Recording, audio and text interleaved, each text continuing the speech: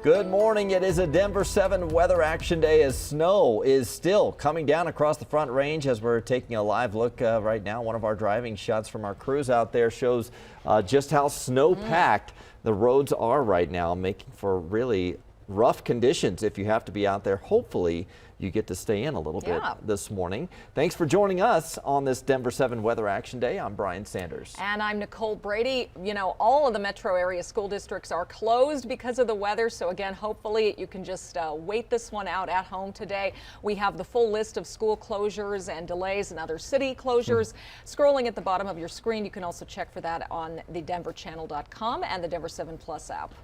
I would say sled day, but it's really cold out there too. No, I'm not going to let my kids do that. Our team is spread out across the Front Range, checking out conditions in your neighborhood. Jason Luber obviously keeping track of the road conditions, which are treacherous in some spots. Let's start with meteorologist Lisa Hidalgo for a look at how much longer the snow will be falling. It is going to continue through, it looks like, at least early afternoon. We've been watching this one pocket of really heavy snowfall coming down there along 76 and through Commerce City. Just as you can see west of the airport, that's the airport right there. And so I'm glad it wasn't right over the airport. We may have seen even more in the way of delays out there or potentially even some cancellations. But Commerce City right now coming in at about 10 inches of snow, pretty high on the list for us. It's been a lot lighter across portions of the metro west of town, where earlier and overnight we had some heavier snow. So when you look at what we've seen so far, Colorado Springs 14 inches at just over a foot, Commerce City right around 9 to about 10. And again, these numbers will go up. We're likely going to see at this point now an additional 1 to 3 inches through early afternoon, with then some clearing, it looks like, overnight tonight. Actually quite a bit lighter up and through the mountains compared to what we're seeing under a few of these little pockets of heavier snow in town. Cold too. Right now we're at about 12 degrees. It feels like 0, and this is going to be it for highs today, only in the teens this afternoon, and bitter cold tomorrow. I'll show you just how cold it's going to get and how close we are to record cold tomorrow morning on our Super 7 day. And even though it will be cold tomorrow, we will see sunshine, and that will help break up a lot of the snow on the roadways and actually improve the conditions. Even though it will be cold, we have some improving conditions as we're seeing a little bit more traffic, like on I-70 right near Steel Street and over that by that tunnel. This is up in Broomfield where you see Main Street all covered in snow. Up in Vail, we had I-70 eastbound side closed down for a time for a crash there, but we have one lane open now up in the mountains, and you can see the conditions on 270 where you can barely see the traffic going away from us. Take a look from the other 4 cameras where you see just the same thing.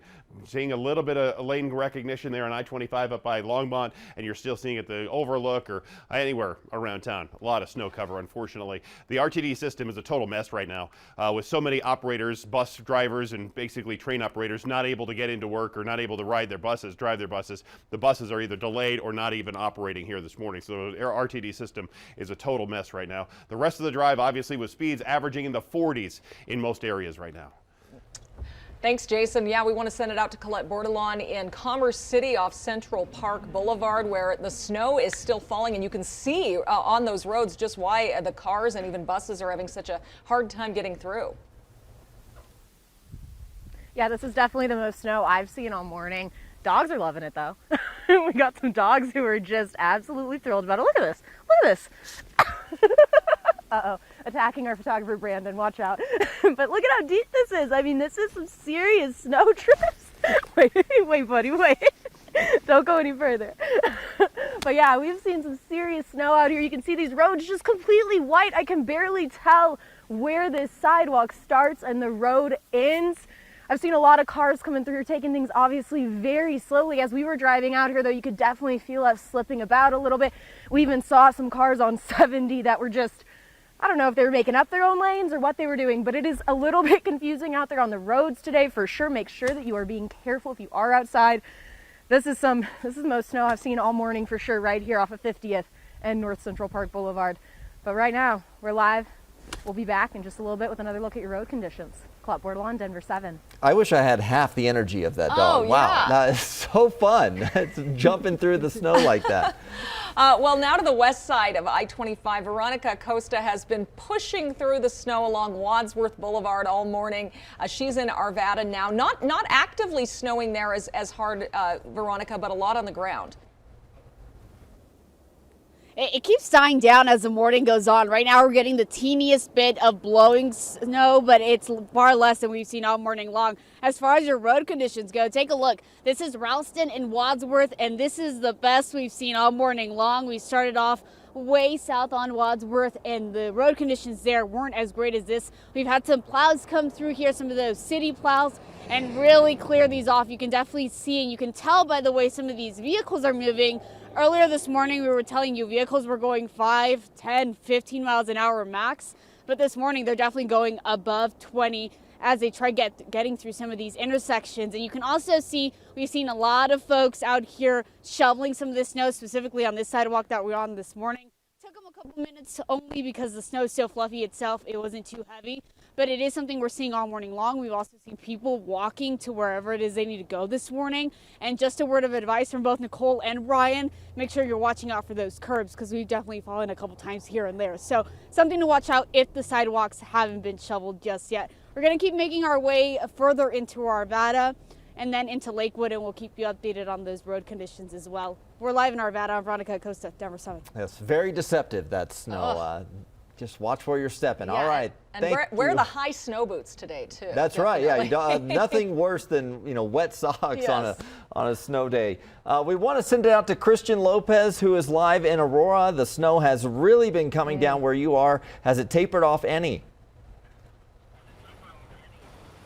It's coming down a little lightly right now. We've been moving around all morning. We started off near Denver and Glendale, and we moved southeast to Aurora now, and it's not coming down as hard as I've been seeing this morning. You can see over here we are next to the RTD Park and Ride. I know that we were mentioning that they're being impacted right now with these conditions. You can see this intersection is pretty busy. Cars are moving a little bit faster in this area compared to what I saw earlier, where cars were moving a lot slower in those other areas that we were at. These roads have definitely been plowed a few times. I keep seeing those snow plows coming through this morning. And let me show you over here just how much snow we're seeing. You can see it's covering my boots here about maybe 6 inches or so. And it's really fluffy and dry, so we haven't been able to really build anything with it or have any snowball fights or anything like that, so I'm kind of bummed, but I'll have plenty of opportunity to build some snowman in the future.